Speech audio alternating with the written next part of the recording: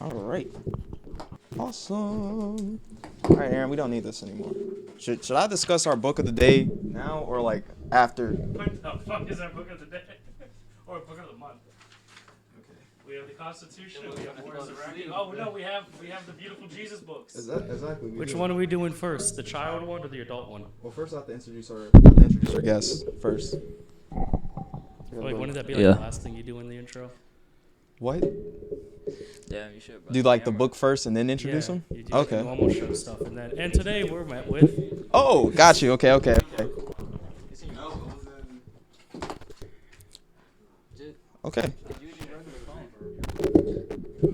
You heard me?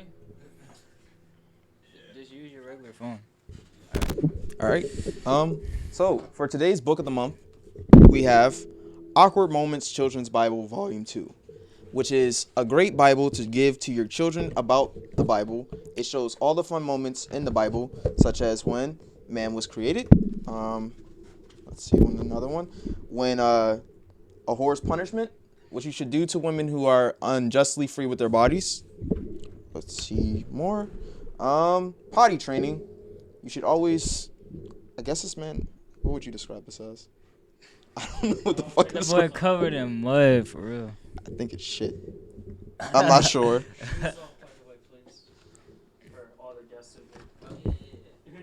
Out of his mind. I don't know. Shit. It's a very great book to give to people who want to learn about the Bible. All right. And for today, we have our guest, D Bandz. Wait, how do you say it? It's D Bandz. D Bandz, I don't know why I said D Blaze. It is D Bandz. You can follow him on his main IG, which is D.Bandz, but the Bandz is like the A is like a Q, and then the S is like a Z. Somebody stole my fucking name, so Damn. I had to like change it up. You had to change on him. Yeah, somebody But stole my name. the D Bandz Studios is D Bandz with an A and a Z and then studios, and that's where you will find what he mainly does: clothing and apparel. Yes, sir. All right. And everything you're wearing right now is like you made that yourself? For sure. So this hoodie, the hoodie is actually unreleased right now. So this right now hasn't even dropped yet. So right now we're working with my manufacturer to get these done. But after I don't want to drop these yet until I drop the shorts. So after I drop the shorts, then I'm gonna drop the hoodies. But these pants, yeah, these are some one-on-one shit. I just made these up. And then the shoes, I actually used to do shoes too before I actually started clothes. Because you showed the shoes to the camera. Like, real quick. Oh, I thought you were going to take them off and just like flex them. I took them off too. Yeah. Like, show the sides, like everything. Yeah. He got some LV blood drip. Yeah. Or So red drip.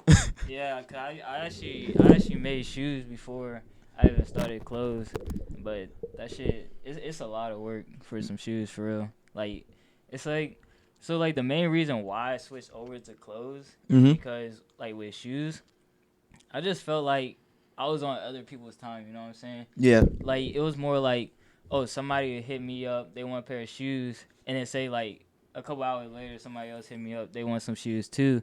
Now I gotta finish these shoes and then do those shoes. But shoes take, like, kid you not, they take like 4 to even multiple days to do, like depending on what they want. Sheesh. It could take 4 to like multiple days to do. So then that second order is just getting pushed back. Damn. And then so those people, like the second order would be like, yo, where's my shoes, this and that, blah, blah, blah. I'd be like, yo, like, you gotta understand, I'm one person. Yeah. You And know? it's taking you like 4 to 5 days. So like at most you can only take like 4 shoe orders per month. For sure. Like, it's just like, with shoes, it's so precise because if you mess up, then you gotta go buy another pair of shoes. And then with Air Force Ones, you can't just go to the store and buy Air Force Ones because they sold out everywhere. Every time. Like, they sold out everywhere. So, like, I had to always order the shoes. Yeah. And wait for them to get here, then do them, and then ship them to the people, too. But, yeah, it was a lot. But, like, with clothes, you know, you can get your shit set up first, and then, you know, do a release date so that all you have to do is package and send it out. Yeah. But you can't do that with shoes. I can't, you know, have 30 pair of shoes just sitting on the shelf. No, It's it's not gonna work. you know, people may want some like other shit. You know Yeah, what I'm saying? and they Like, want a different design, and they want like this, and it's just like yeah, it's so not like easy to have on hand. yeah, for sure. Like people may want different colors or like a Juice World theme, for Yeah. instance. So it's not it's like made to order type shit.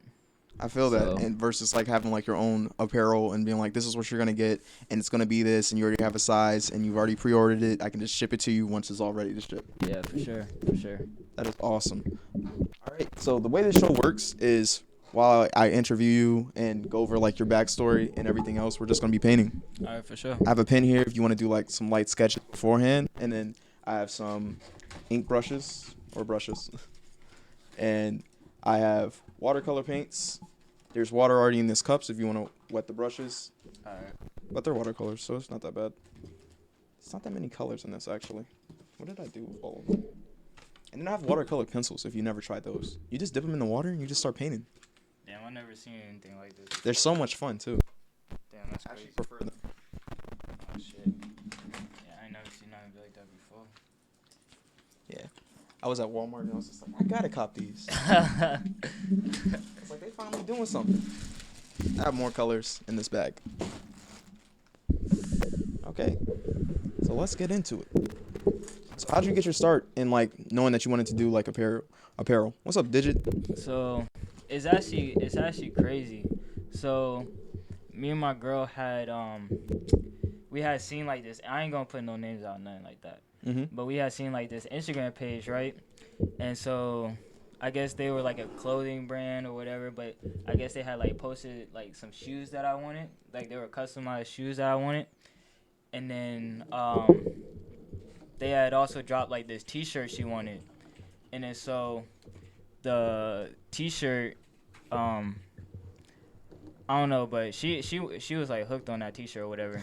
But I had messaged the dude personally Yeah. and got you know, ideas on like what kind of shoes I wanted and shit like that.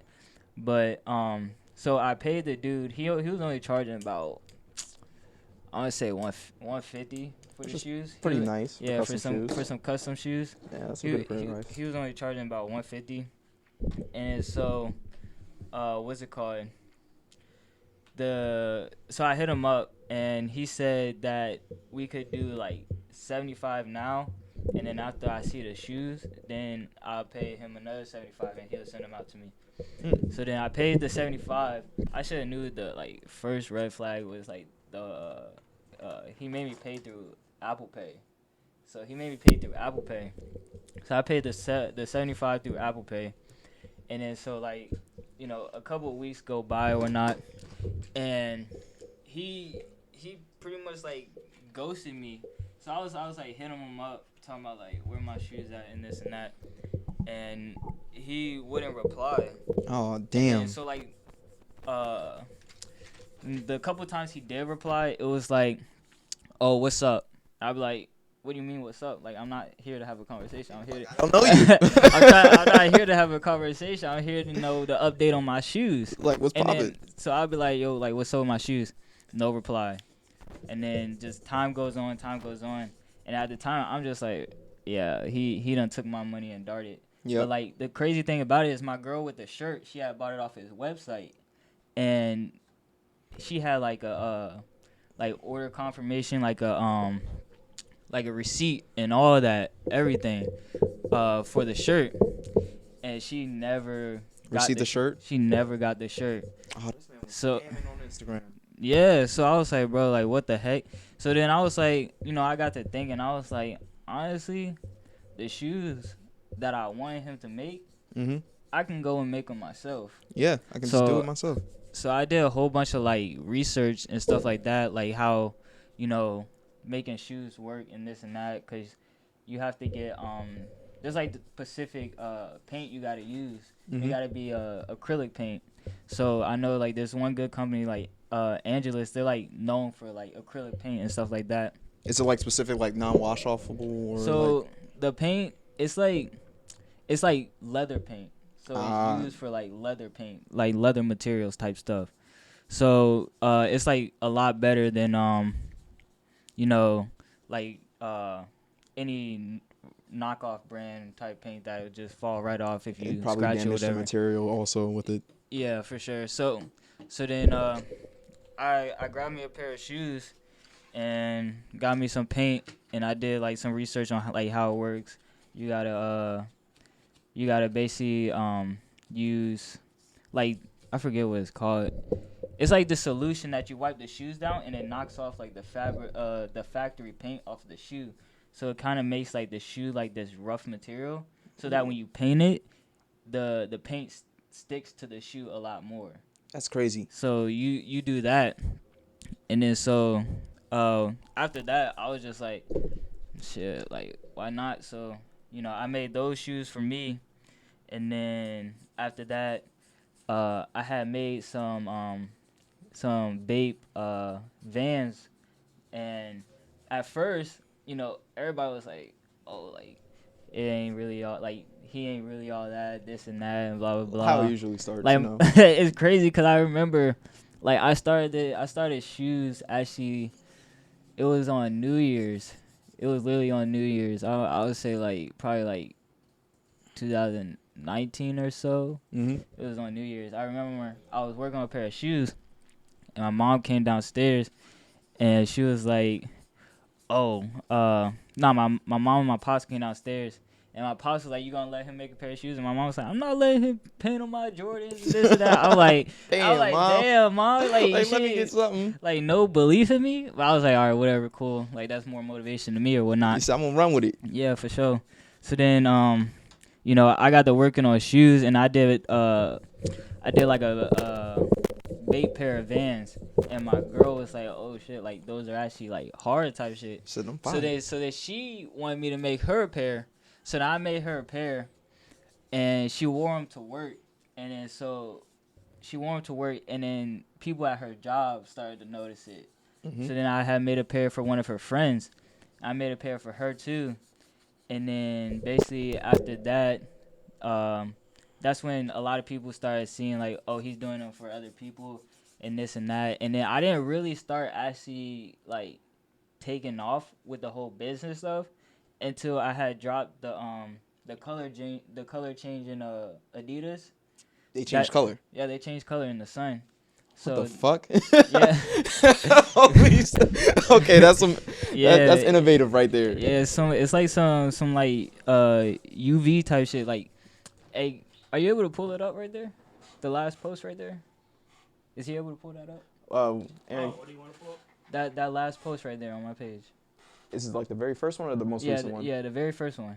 I gotta see this. So you're making all these shoes. You start off making them for yourself. Nah, the very first post on there. This one. Not on the D Bandz Studios joint. There we go. Yeah, Yep. that one. Sun ones, Yeah. So that's when my shit actually really started taking off, cause it's like, so when they hit the UV light, they kind of they change in transform. the sun. Oh my gosh, that is amazing. So, yeah, after I dropped that You have a video pair right of there. those with you right now? Nah, they back at the crib. Aaron's like, I want a pair. I gotta give you like Yeah, they That back is so insane. Yeah, so I dropped that shit, and then that's when like my shit was actually taking off, and like all these other like custom pages on Instagram and stuff, they were like reposting my shit. They had to. They had like I swear there was like accounts with like 500,000 followers. You can actually search up right now the custom movement. They had posted like a pair of my kicks on there too. But yeah, a whole bunch of like different like shoe pages posted my shit, and then so that's how like my shit really started gaining a lot of attention.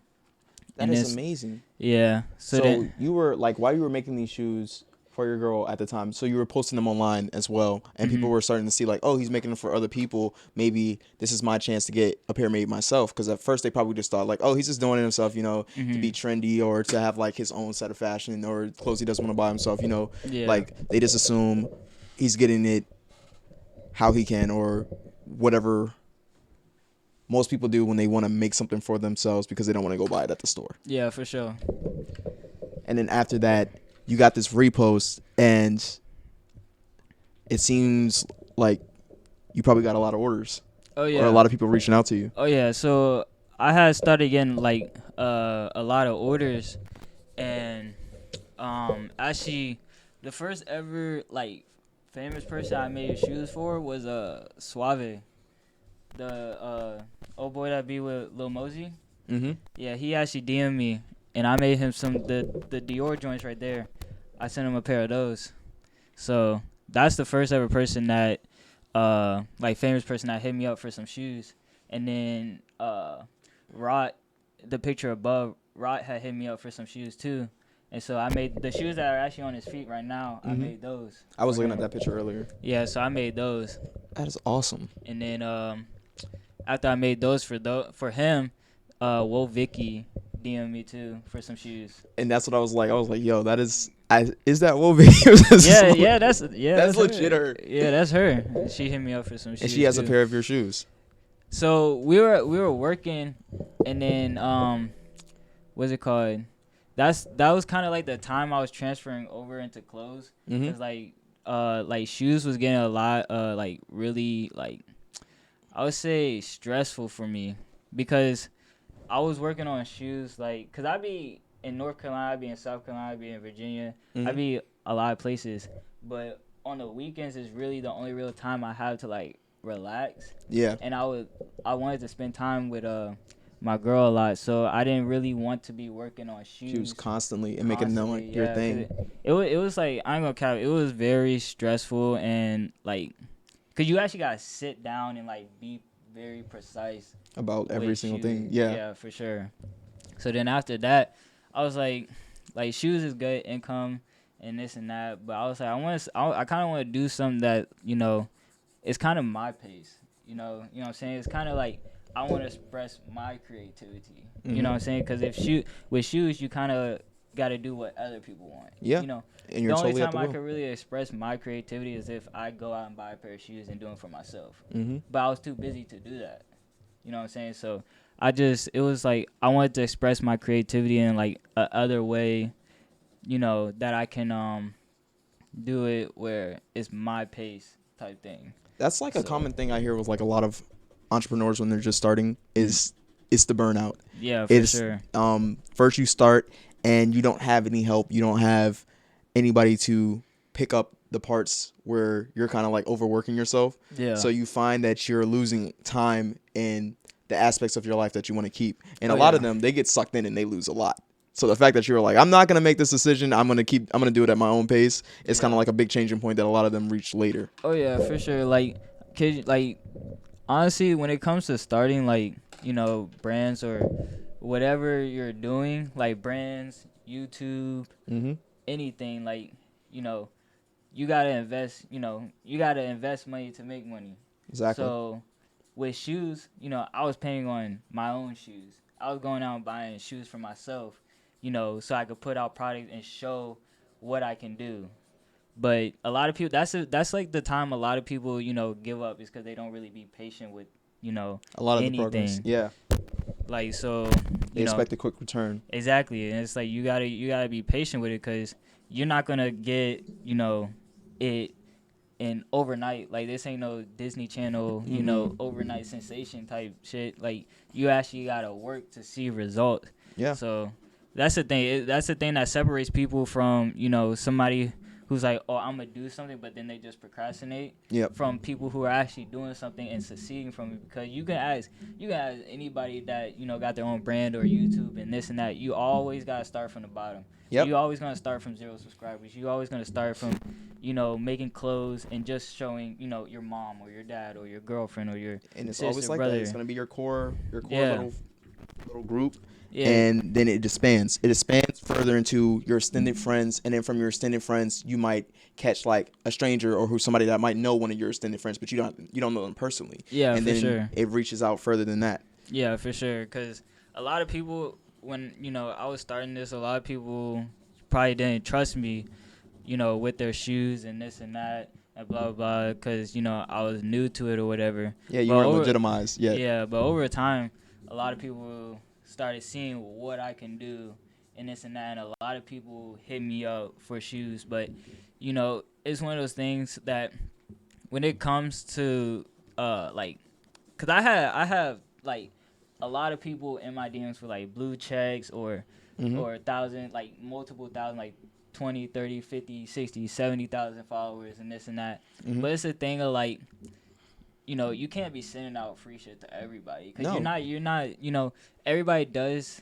what they're doing to make money. Exactly. If I'm sending out free stuff to somebody, then, you know, then I'm losing money. Exactly. And then their homeboy's gonna be like, oh, where'd you get that? How much you pay? Blah blah. Then they're gonna hit me up expecting for something free. Yep. So that's where like a lot of times, like I had to kind of like curve some of the blue checks away, because you know they're hitting me up. They was like, oh, I can advertise your stuff on my page and this and that. And like, kid me not, like, yeah, it'll be good for me. Yeah, it will blow, like, give me some followers and this and that. But it ain't about that at the end of the day. At the end of the day, it's about, you know, why did I start this? I didn't start it for the clout. I didn't start it for, you know, this and that. I started to, you know, make money, help my future, help my family, this and that. So it ain't really about all the clout and this and that. It's about, you know, getting that money in your pocket. That's really respectable because a lot of people lose sight of their core values at the time, and that's what really cripples a lot of people when they're first starting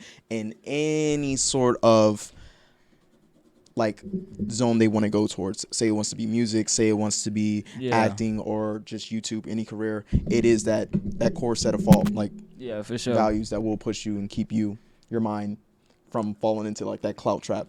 Yeah, for sure. Cause like, and it's like some of my boys that, you know, a lot of times, like, you gotta, if you really want to be a winner, you gotta surround yourself with winners. Yes. Like the people in this room right now, they've been there since day one, since I had 0 followers, since I was doing, you know, when nobody really believed in me. Mm-hmm. And like, people just, you know, they want to hop on a bandwagon after they see you're doing good. Yeah. They don't want to be there while you're at 0 followers or while you're struggling and this and that.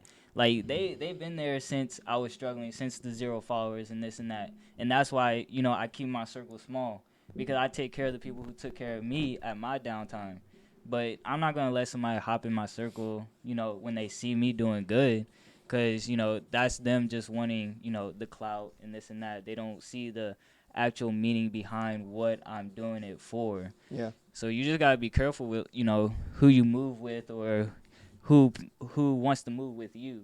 Because a lot of people will use you for, you know, the wrong things or whatever the case may be. Yeah, and they'll see it as like a quick little step stool to where they need to be. Yeah. And they're hopeful that they can just leech off some of like your discipline in order to apply it to themselves for their own personal growth. And then after their own personal growth is reached, they'll kind of just like kick you to the curb. Exactly. They'll do whatever they got to do. Exactly.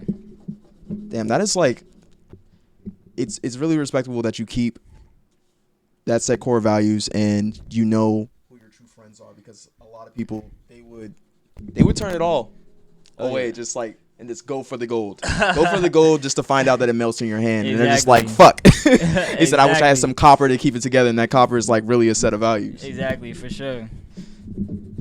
That is dope. And so when you started switching over from shoes and going towards clothing, what was like the difference that you saw? So switching over from shoes to clothes, like the first thing I noticed was it took some of that weight off of my shoulders, you know, thinking that I had to work on other people's time. Yeah. So it was more like I can actually sit down, design something, you know, make sure it's 110% before I want to put it out, you know, because if you just get backed up with shoes, then, you know, you're just rushing through them, and then you'll be prone to jack up. Yeah. Because there's been plenty of times I messed up and I had to go buy another pair of shoes. So, with the biggest difference is like, honestly, just really like the stress. Like the stress was so, there wasn't really any stress with clothes and shoes. And honestly, I'm doing a lot better with clothes, for real.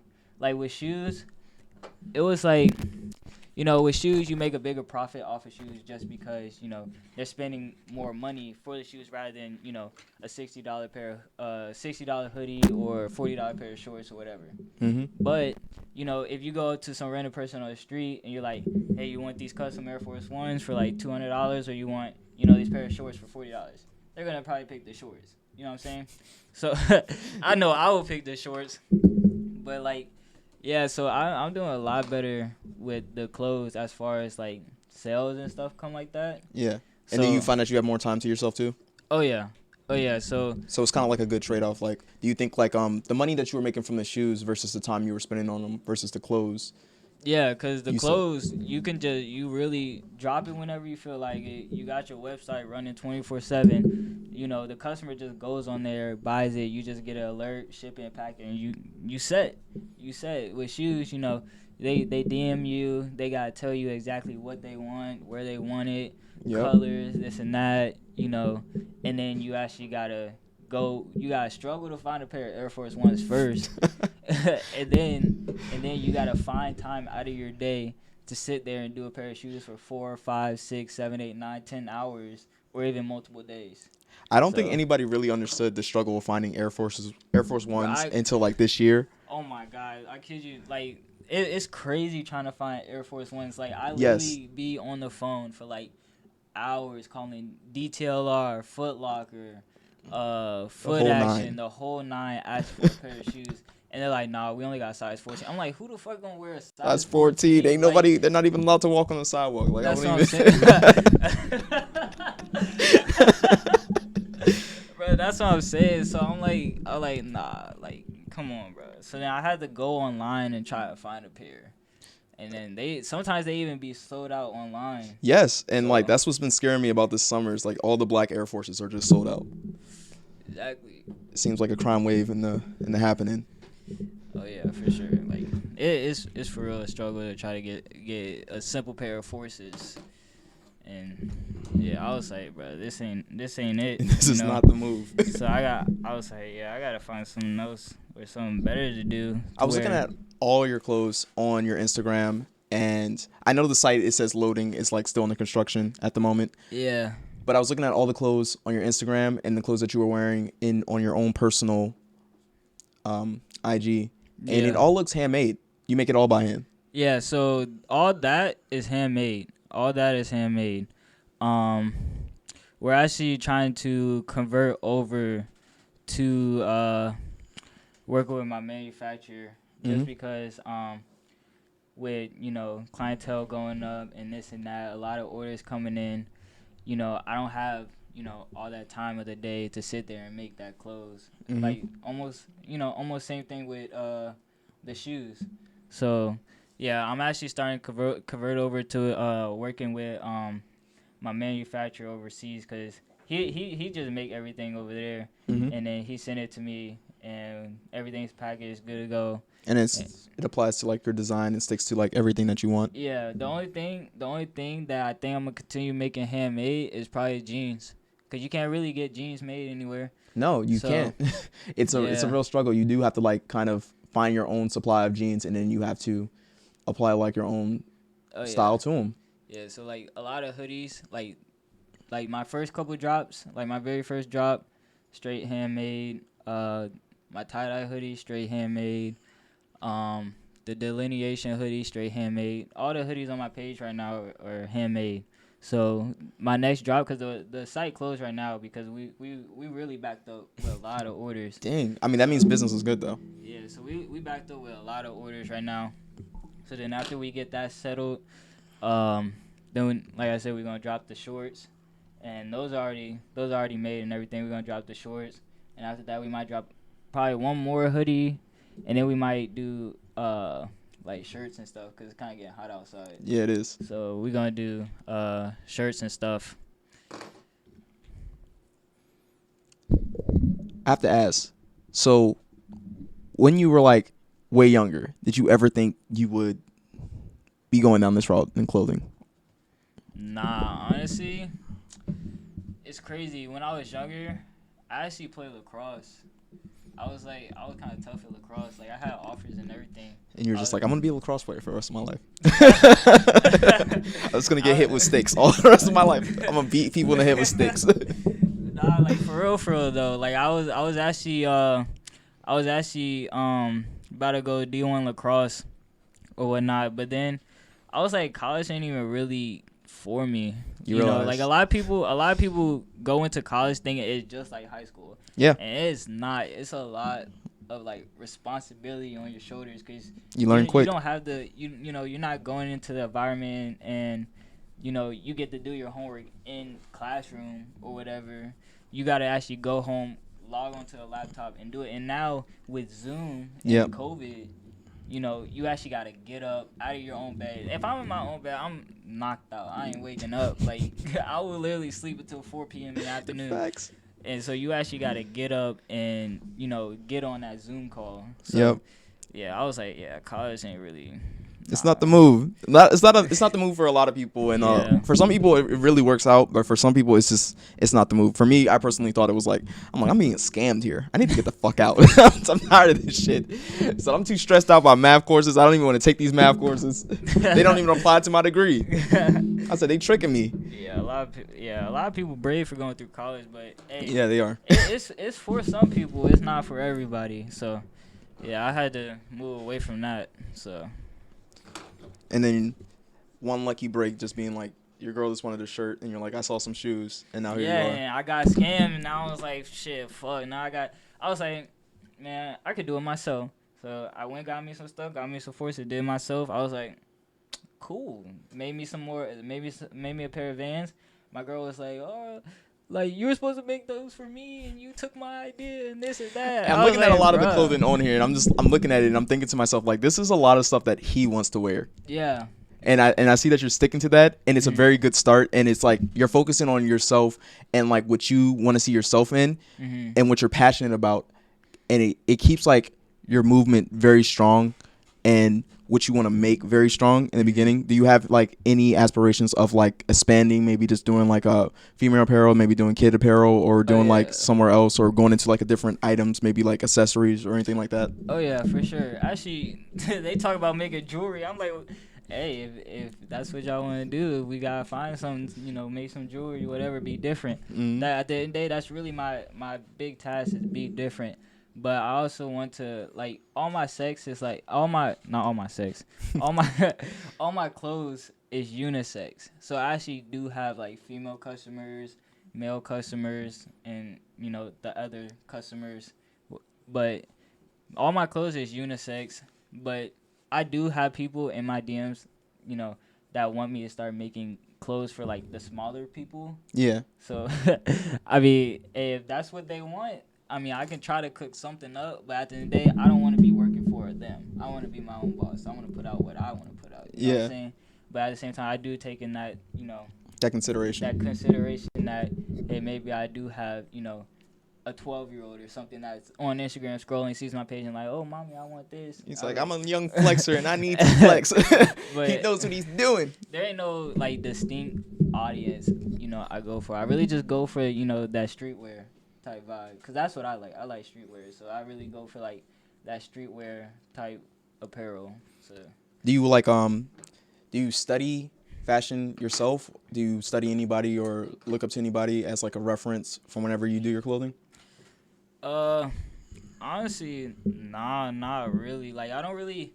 The reason I try to stay away from, like, you know, looking up to people is because a lot of times when you look up to somebody, then your stuff kind of starts to look like their stuff. Starts to emulate. Yeah, so I try to stay away from that so that my stuff is different. Like, like somebody could be wearing my stuff and they walk down the street and they're like, oh, I know that's D Bandz Studios. That's not, you know, somebody else or whatever the case may be.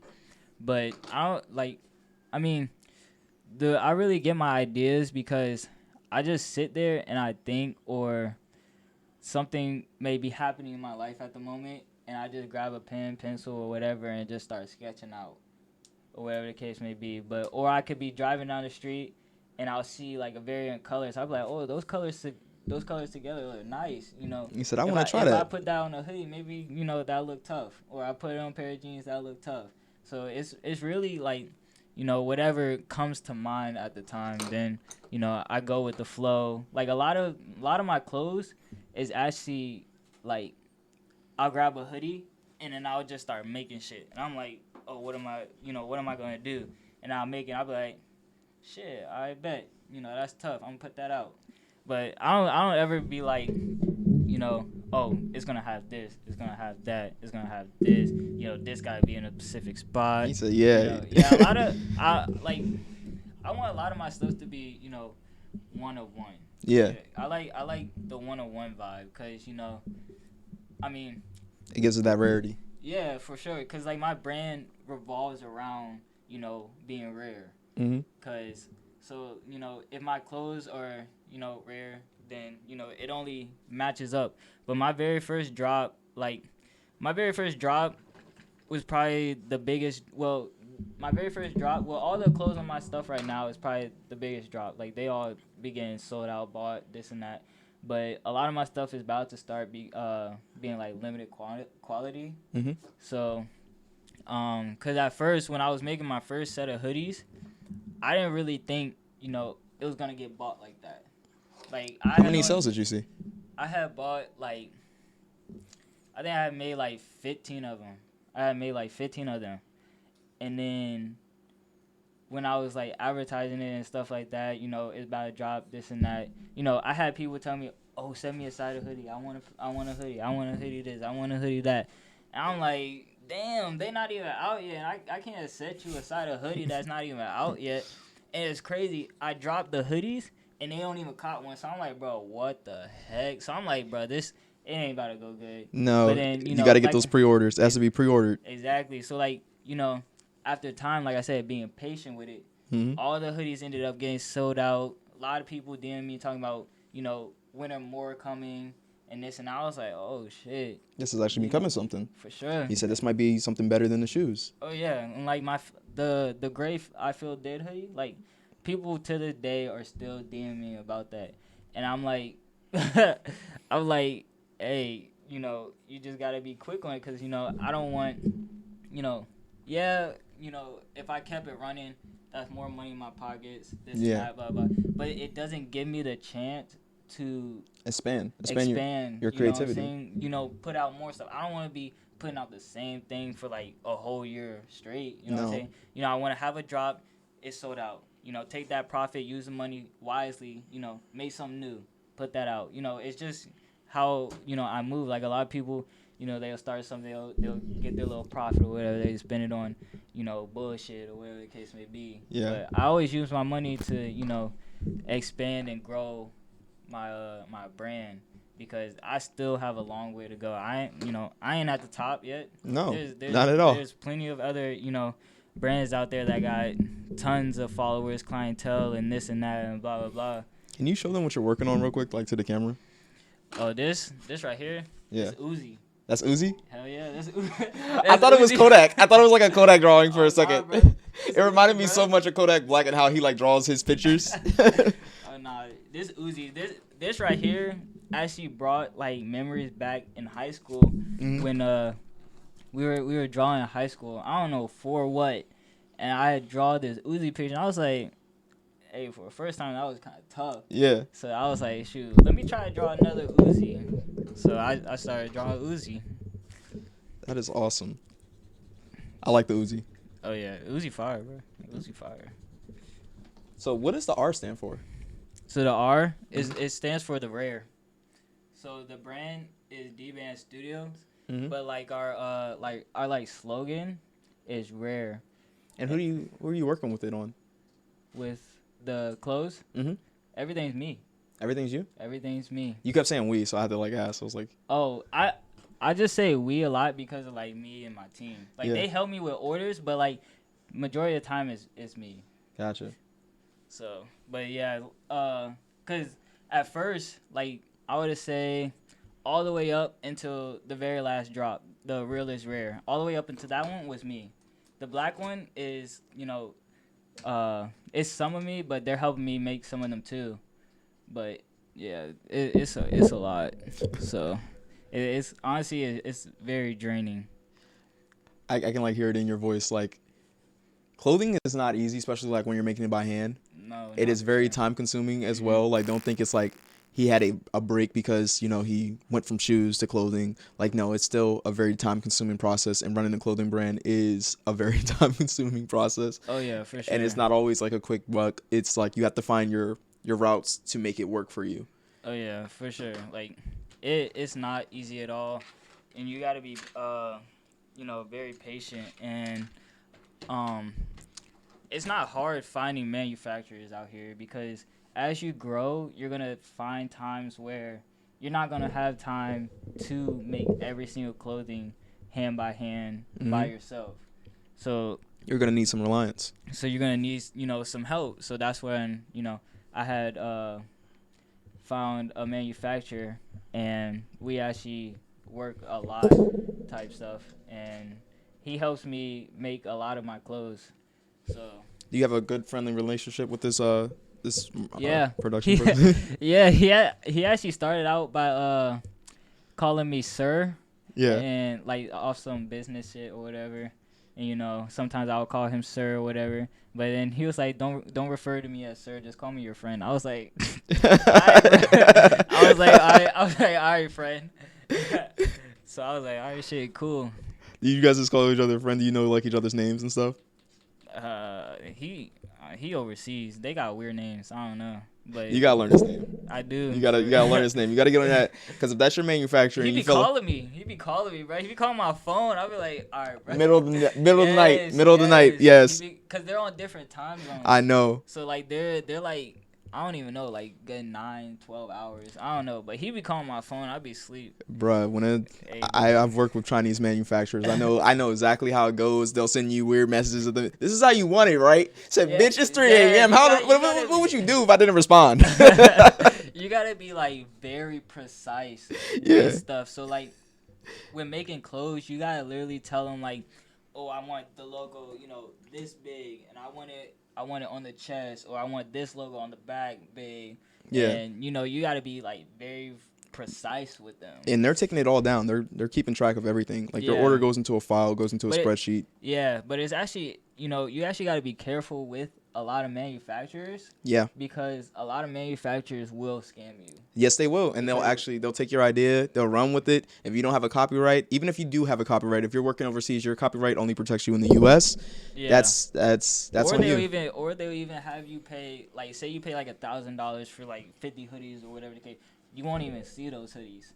So I got lucky with my manufacturer, and he actually gives me like really good deals. So Nice. I got lucky with my manufacturer, but yeah, there's manufacturers out there that be scammed. Yeah, they will scam you. So you just gotta be careful when there's a lot of risks with starting businesses and a lot of other stuff. So, how long do you think it took for you to switch over to clothing from shoes? So I actually did shoes for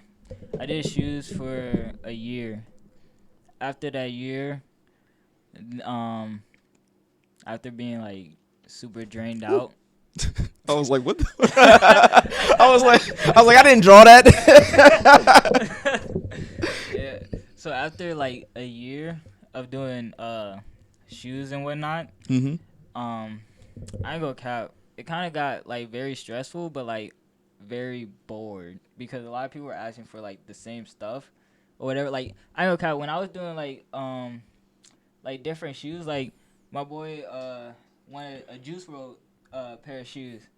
Like I went crazy on those because It's something different. It was something different. It's like finally But, like, everybody challenge. just wanted something like, oh, I want Louis Vuitton. I want the Gucci. I want the brands, because you know how the black community works. You know how like the clout community works. Yeah. I want the thing that makes it look like I wear designer, even though it's not designer. Exactly. Like these shoes, these Air Forces was probably the second pair of Air Forces I made, and I only made these because That's crazy. I had to post something, post my artwork. Yeah. So, but I don't even really wear these. I don't really like wearing They're so these. clean. I was like, Yeah, I God, don't the really second wear pair. them. I don't really like wearing them because, I like to post different stuff. I like to wear different stuff.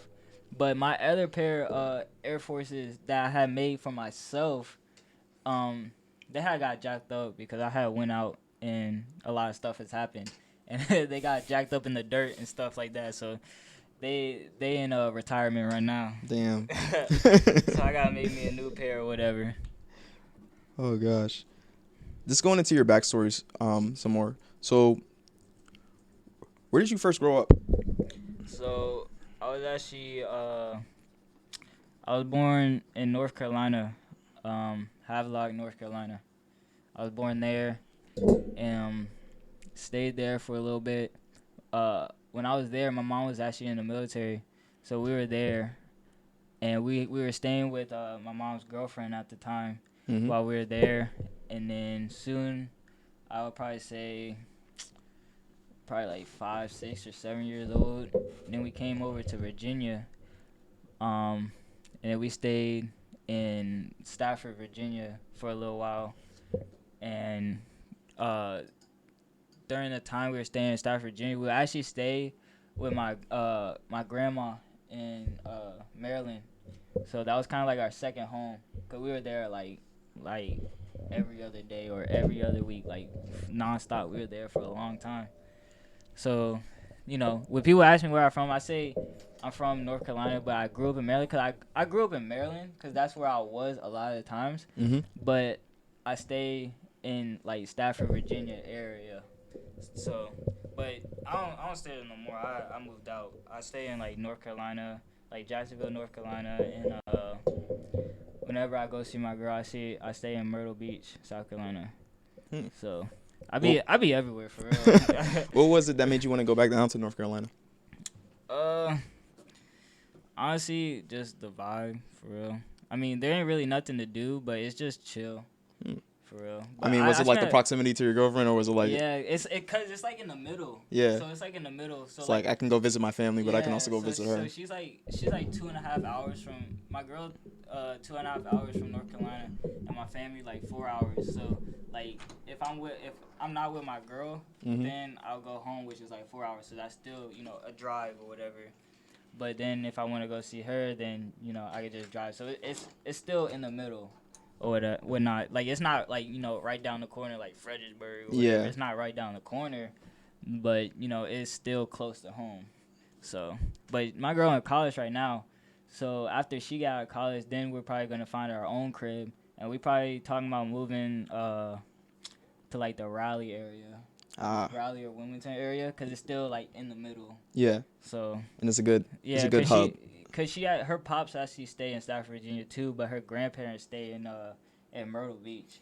So she want to be away from home, but not too far away from home, because so she in the middle, and like her grandparents are actually like my grandparents, cause like both of my grandparents had passed away, so her grandparents are actually like my grandparents, like we're like this, like, and they're that close. Yeah, we that close, so. I consider, like, they're, like, family, too. Like, when I'm there, I don't even feel like I'm away from home because they take care of me, like, real good. Like, they actually consider me, like, their grandson. So, yeah, I got family, in South Carolina and in Virginia. That's awesome. Yeah, for sure. You get that ability to just, like, have that reach, and you get to see, like, there's a lot of different cultures and style changes throughout as you're going through. Like, you'll get from kind of, like, more country parts of Virginia as you're traveling up, and then you'll get like more of like the suburban, and then you'll get the really urban like city areas. Yeah, so like with my clothes, I usually just, I don't have like a set place I aim for, because a lot of people when they start brands out or whatever, they'll just be like, oh, I'm just a brand in say Stafford, Virginia. They're like, oh, my brand's just oriented around Stafford, Virginia. Da da da da da. But I expand, the whole East Coast. I get orders from Georgia. I get a lot of orders from Georgia. I don't know what it is about Georgia, but Georgia fucking with me. I get a lot of orders from Georgia. I get a lot of orders from Florida, Kentucky. I actually had orders from Canada too. That's awesome. So I get orders everywhere. So I can't really, because I don't want to because when I'm in South Carolina, I can't really base it off of South Carolina, because like I ain't gonna cap, like in Myrtle Beach, there's a lot of old people. Like that's a retirement like city. So I can't sit there and be like, oh, I just want to be a brand in South Carolina, because there's, that's not really, my audience or whatever. My audience, probably that, 20 through, however old you want to be, fuck with my shit. But like I said, I fuck with like my shit's like streetwear. Yeah. So you can't, not really a lot of people wear, like people wear streetwear in South Carolina, but at the same time, you just see, old people enjoying life, because that's a retirement town. So. Do you feel like as you were growing up, like, be it your mother, your grandmother, or your girlfriend, like they've instilled in you some type of like values or some type of drive that has helped you be successful down this path? Oh yeah, for sure. Like my mom, like like literally, my mom is like my rock. Like if I lost my mom, I don't know what I would do, cause like she has taught me so much from like being a kid Mm-hmm. to being like independent, not really depending on other people type shit. So like she has taught me so much and so much to be dependent. But at the end of the day, you know, that's my mom. If I lost my mom, I would be heartbroken, lost. I'll feel like I wouldn't know what to do type shit. But yeah, she has taught me so much about being independent, and it just motivates me because she's been through a lot, but she still pushes. You know, I still like I have a little sister that, you know, I'm doing this for. You know, Mm-hmm. I'm doing this to help my family, make sure my mom's set, my brother's set, my sister set, like everybody in my family set. Because if, like I said, I lost my grandparents already, so if I lost my mom, I don't really have, you know, that direct, you know, Like parenthood to talk to, because my dad's not around. Mm-hmm. So I don't really have, you know, a lot of people to you know, look up to. But I look up to my mom because she's like crazy when it comes to like being independent. Like, yeah, she does it all. Like for real, she does it all. So she's like my number one motivation, this and that. But like whenever it comes to like clothes and stuff, or when I don't even feel like doing like clothes or shoes or whatnot, Mm-hmm. my girl is always there pushing me. Like I kid you not, there's plenty of times I had went to South Carolina and I just wanted to chill. Like I just wanted to chill, like be lazy. And she was like, "Nah, you gotta get up and do this pair of shoes." I be like, I be ready to throw the ones with her, cause I be like, "Yo, you know I'm tired." So That is but, awesome to have that type of motivator, though. Yeah, they push me to my limit. Like they push me to my limit. That's rare. Like most women would have been like, "Yeah, just chill with me. Yeah, Forget your job." Exactly. let's just throw your future away real quick. Kid you not, she does have those times where she's like, I want you to come and, you know, chill with me, blah blah blah. But I don't blame her because I do be working a lot. Yeah. So whenever I'm not working, like I'll chill with her, but at the same time, she doesn't forget that I do have a job to do. So she will still also push me. You know, probably have that one day I get to chill. And the other day she's shoes, clothes. Like, does she feel kind of like responsible for your success a little bit also? Yeah, To take credit? Yeah, besides like the people sitting in this room right now, she's part of my team too. She was there when I had 0 followers. She was there when nobody believed in my shoes and this and that. Like she was there through it all. So yeah, for sure, 100%. She is definitely a part of my success when it comes to this business. And how do you mainly like operate your business? Is it mostly like e-commerce? Do you use like Shopify or like E-Trade or something? We use what is it called? What is it called? Squarespace. Yeah. So you built the website, built the network. Okay, that is awesome. And it's connected all to like dbandstudios.com. Yeah. Awesome. So all the orders go through dbandstudios.com, and we get that notification via like email or whatever, and then we get to working on it. So we have built like our own website, and they be running the website, kid you not, but I keep all the clothes with me. So I try to incorporate like my team and like and I'm trying to look for the word. In exchange, you know, I hooked them up with like clothes and this and that because they were part of my team. Yeah. I gotta drip my team out too.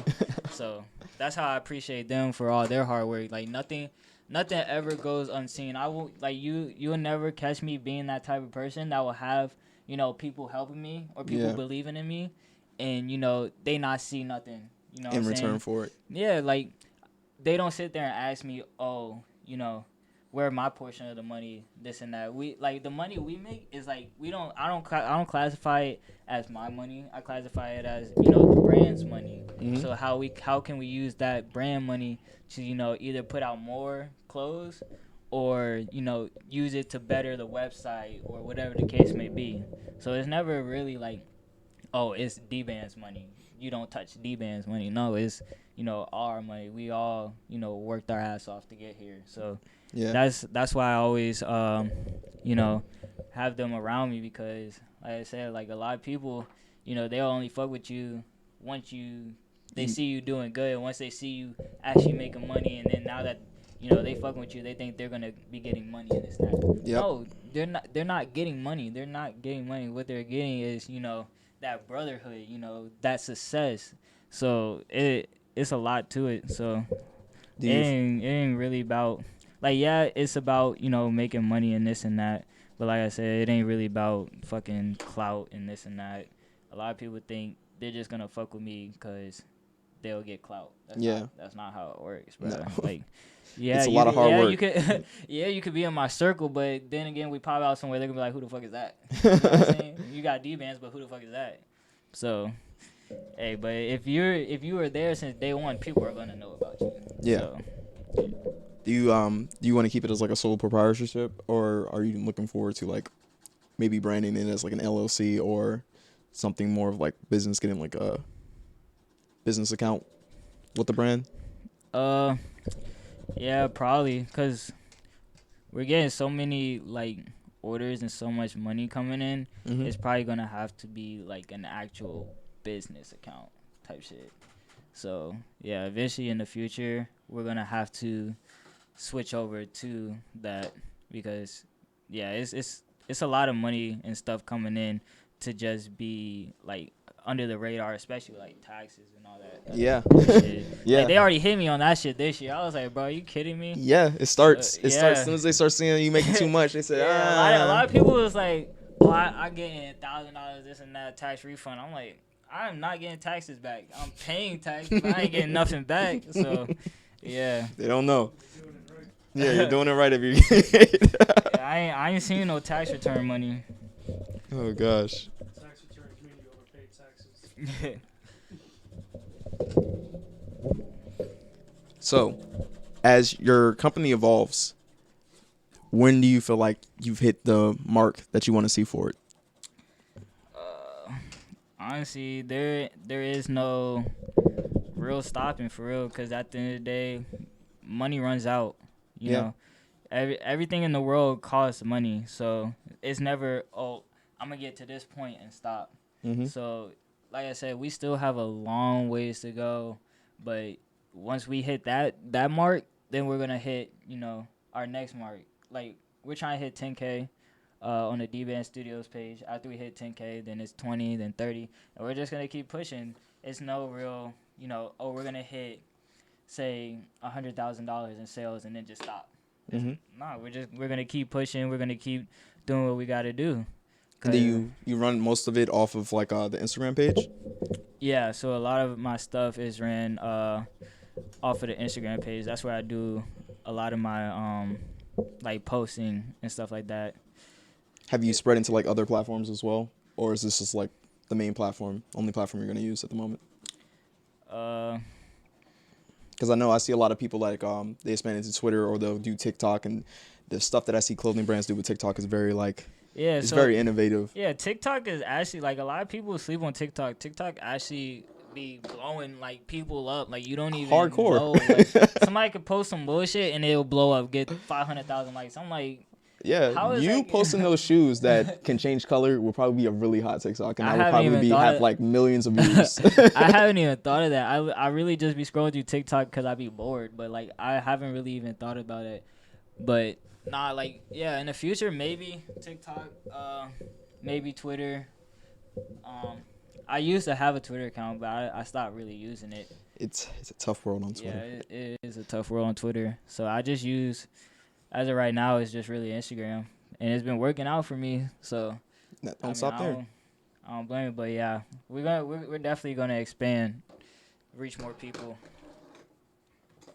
I love what you're doing so far, and I love the direction, and it seems like you have so much down as the starting guides. Mm-hmm. But say, like, are you prepared for the next steps? Like, let's say getting to shops during like a bigger pop-ups or doing like fashion weeks? Like, what do you see as like the next steps for spending on like a physical front? So, like as far as like future wise, Mm-hmm. I don't want to.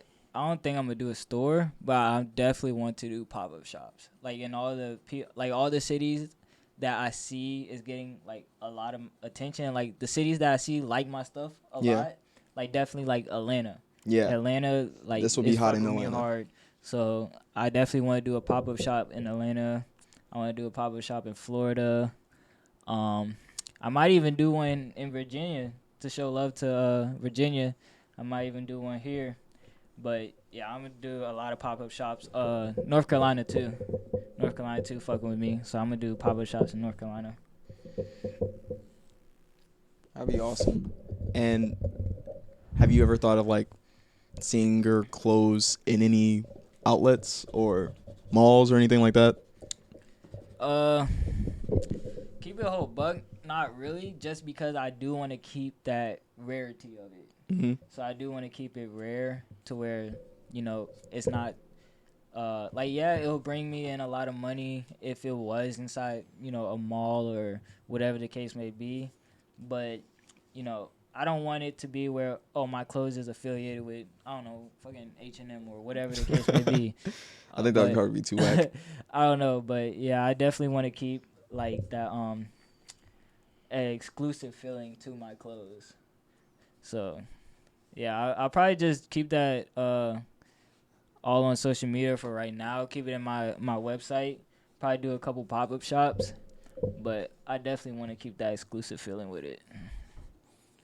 So far as you've been on this journey of making shoes, making your own clothing, doing the sales, doing the e-commerce, what do you think your biggest hurdle has been? The beginning. The beginning? The The beginning? beginning. That's the hurdle for everything. Like the beginning, because that's the time nobody believes in you. You're on your own. That's the time where you have to spend the most amount of money to put out stuff that just to showcase stuff. So yeah, the beginning is definitely the hardest because that's where you have no clientele, no fan base. You're starting from 0 followers, 0 clients, so everything's out of pocket. But after you get the ball rolling and you keep pushing, then you'll see the outcome of like, okay, like I actually can do this. Like I have a lot of people who actually come to me and ask me how would I go about starting my own brand, and I tell them, it's going to be hard at first, but you can never give up. Like you're going to have to save up that bread and start it, because everything at first is going to be out of pocket. Yeah. Everything at first is going to be out of pocket. But don't jump straight into like, oh, I just want to find a manufacturer and start with them. No, like start off, making stuff by hand, the way you want it made. If people are fucking with your shit, then, and you actually get that clientele to where you need that assistance, then by all means get a manufacturer, because manufacturers are not cheap. So, and plus a lot of them out there scam, so you just have to be careful with it. But yeah, just, you have to start, you're going to start at the bottom. You're not going to start in the middle. You're not going to start at the top. You're going to start at the bottom. But that's the part that, hits people a lot because they just don't know what they want. They don't know what they want to put out or what they want to do. So it's a long process when it comes to like starting brands or YouTube or whatever the case may be. Like I have boys who wanted to start YouTube, bought the equipment and everything, blah blah, and just for some reason, I don't know why, that motivation ain't there. Yeah. Like I'm like, you're not gonna see results in a fucking night or 2 days or whatever. It's gonna It take takes a time. while, Like, and sometimes you can never figure out why it's working or exactly. Like your biggest YouTuber started from 0 followers or 0 subscribers or whatever the case may be. They didn't just wake up to 9 million subscribers. Yeah. Like they started somewhere. And that's what I love to see about people who will randomly DM you on Instagram and be like, hey, follow my YouTube channel. And you see that they've been doing it and it's just one video out, but that one video has a total of 2K views and they're reaching like maybe 800 subscribers and they're just DMing one person by Yeah. person until they get a following. Yeah, and that's the thing. Like, I get people DM me about like bullshit or whatever, and I'm not that type of person who's gonna be like, nah, like you can't fuck. Like I'm D Bandz, you can't fuck with me, this and that, blah blah. But like people like, there's this one dude had like copped some merch off me, like copped some clothes off me, and then I don't know why, but he shot me his Instagram, and I was like, shit, you fuck with me? All right, I'm gonna fuck with you. Mhm. Like that's just how I am. I'm just that genuine person. Like if somebody's fucking with me, like I have no reason to fuck with them. They didn't hurt me. They didn't steal my money. They didn't mess with somebody in my family. So I'm not that person who thinks I'm just dummy cocky and I'm on top of the world. Cause there's like I said, there's a lot of people making a lot more money than me. You know what I'm saying?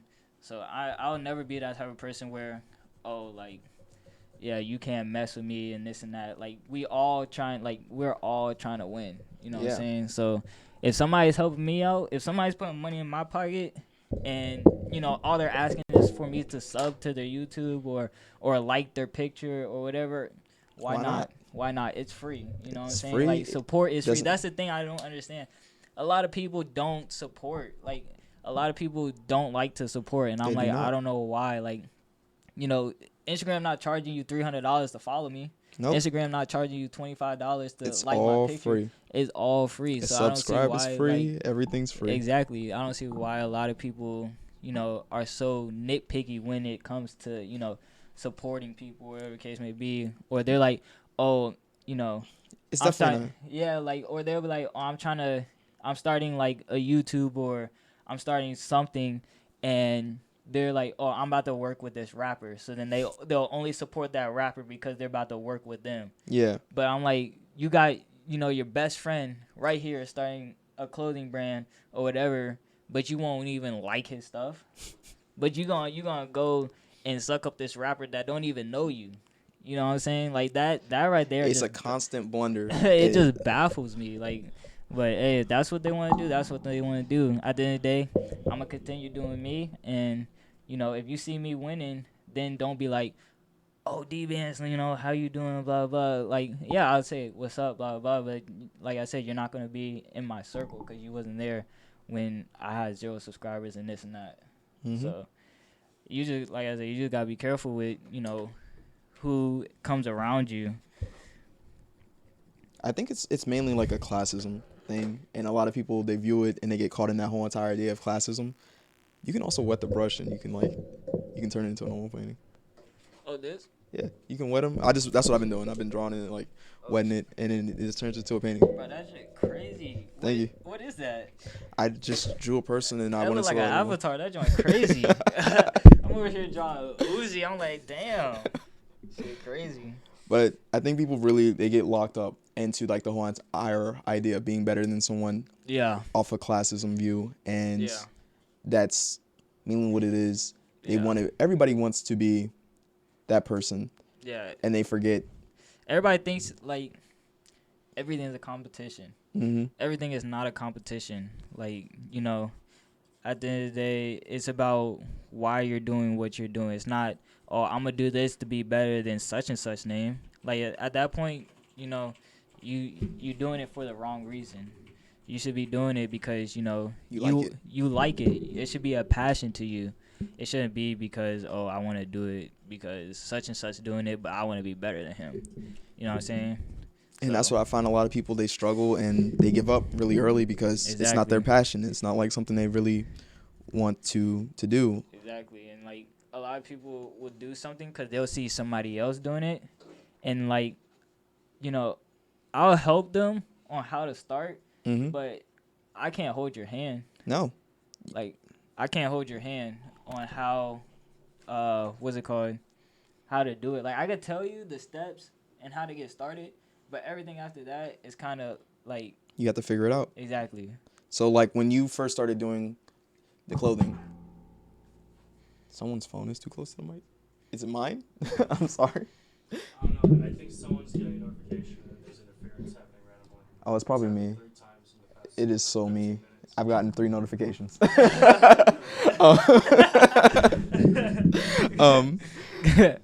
So when you were first starting, like, did you have to learn how to sew? Did you have to learn how to, like, do the clothing? Like, what were the steps that you took in your self-learning process, or did you have somebody hold your hand? Nah, I had to learn everything by my own.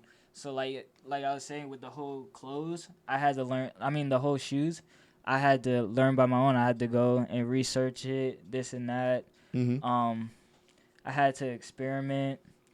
Um, and then with clothes, I had to learn how to sew. Like, luckily, my mom had a extra sewing machine, so she came in handy with that. So, but as far as like working it, yeah, Mhm. I had to learn how to work it on my own. Was it like a bunch of YouTube videos? Yeah, I ain't no expert at it, but Mhm. I know the basis of it. I know the basis of it to get a pair of jeans done and stuff like that. So, and then with like hoodies and stuff, yeah, I had to learn how to do all that myself. YouTube experiments, just drafting shit up. Yeah, I had to learn all that by myself. I didn't really have, nobody holding my hand in this and that. That is awesome to be self-taught and you come this far. And do you consider it like the Suave post being like your big break into getting all the orders that you've received so far, or do you think it's been a bunch of big breaks? Uh, so I feel like honestly, nah, not really. I feel like what really hit it on the nail Mm-hmm. was dropping that video of the shoes. After that, that my shit just took off. That's when all those other pages started posting me, and this and that. It was after I dropped those pair of shoes, and then that's when I had like people from all over the world, wanting my wanting a pair of custom shoes and this and that, and like with clothes, I have like people with several thousands of followers, wanting clothes too. But that's the thing. I be too busy Yeah. to, send them stuff. I don't care about sending them stuff or linking up with them to get give them a pair of clothes or a hoodie or a pair of jeans or whatever. It's just I be way too busy. I'd be way too busy to send it out and this and that, and I gotta keep reminding them. I'll be like, hey bro, like they'll hit me up. They be like, what's up, blah blah. Like I ain't forget about you, bro, but I just be hella backed up on orders and this and that type shit. I gotta get shit out and this and that. They be like, nah, you good. Like take your time and this and that. So yeah, I have like plenty of people I can link up with and give them shit. I be way too fucking busy to sit down and drive to them or fly to them or whatever the case may be to link up with them. Damn, you would fly to give somebody one of your I'll creations? meet up with them wherever the fuck they at. If they decide to fly me out, hey, shit, cool, cool. But hey, it's about chasing that bag. Like Yeah. you're not gonna make it.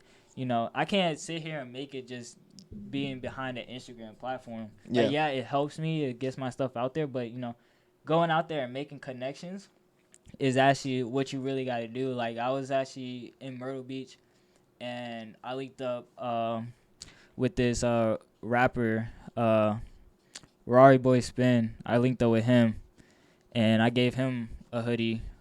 But yeah, you gotta be on the move. You're not gonna really get you can do a lot of stuff behind the screen, but also getting up and being interactive with people is gonna help you a lot. So It seems like, man, you put so much work and effort into every single little part of this. I kid you not, this shit drains me to death. It does, but hey. What do you think would help you? Like, what do you think would make it easier or make getting more orders out easier? Like, what do you think would be the biggest help in making this whole entire process, running the Instagram page easier, doing what you do easier? Keep a whole buck. It's not gonna get easier. Just as you grow, you're gonna get a lot more clientele and this and that. I do say, having my team behind me, it helps me a lot. Mm-hmm. Having people who can help me do stuff and this and that, and then also having my manufacturer helps me a shit ton. Cause then stuff is already being made and my shit literally is being made overseas in a factory by the hundreds. So that right there helps me like a shit ton.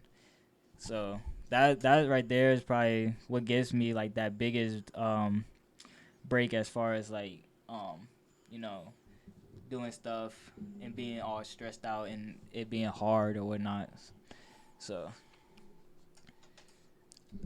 That's awesome because you have like such a core group and yeah, you're at such a pivotal moment and you don't have like any grandiose visions or views upon what you're doing.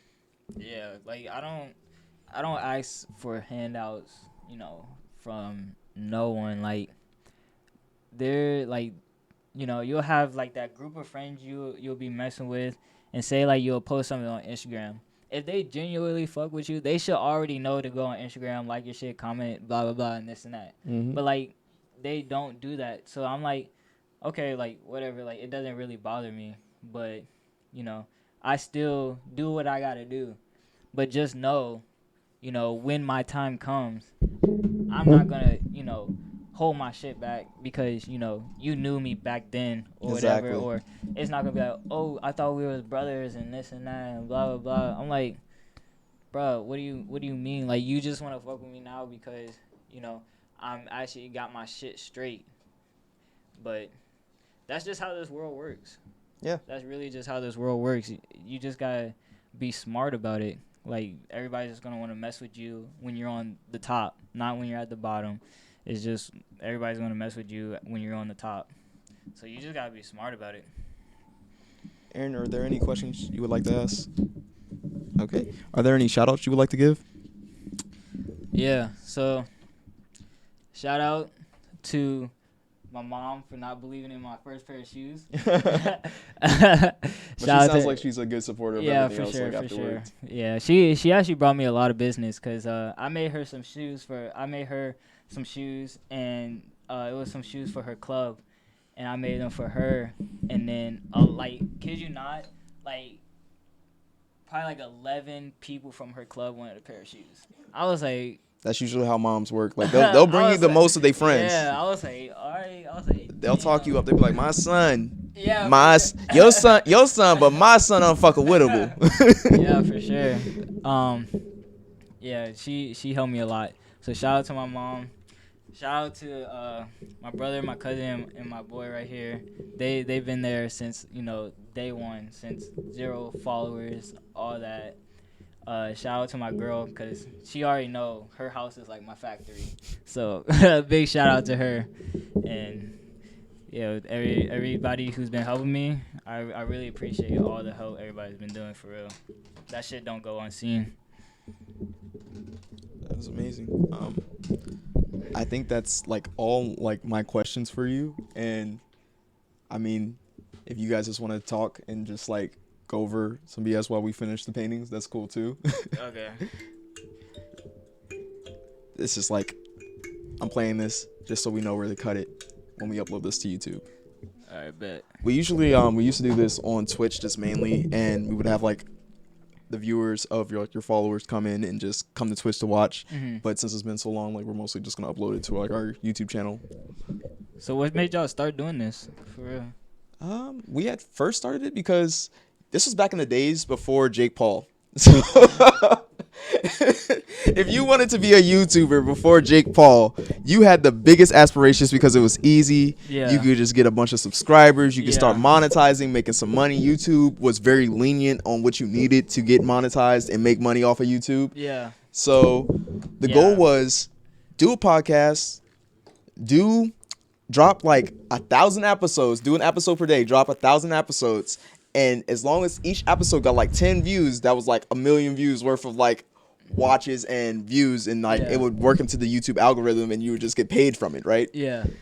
So eventually one person, it was one of our old homies. No, it's upstairs.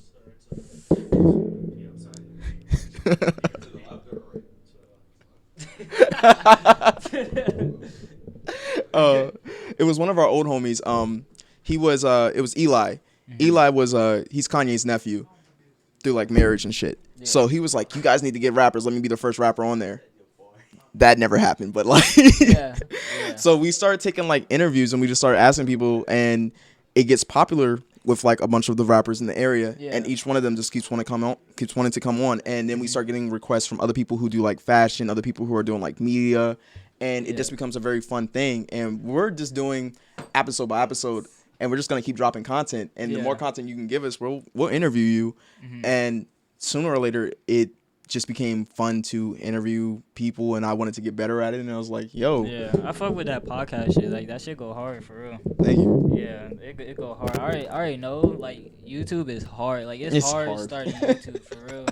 Because, like, there's so much shit you can watch on YouTube. Like, you can literally search up how to tie a shoe, and there's, like, endless videos on how to tie a shoe and this and that. So I know, like, YouTube is a grind. Like, YouTube is really a grind. It's such a different grind now too, because every single year what we've noticed is it changes. Yeah. It's not the same YouTube that used to exist. It's fully grown into what it wanted to be back in 2006, which was it wanted to replace television. Yeah. So now that it has gone into YouTube TV. Yes, now that it has gotten to the point. TV.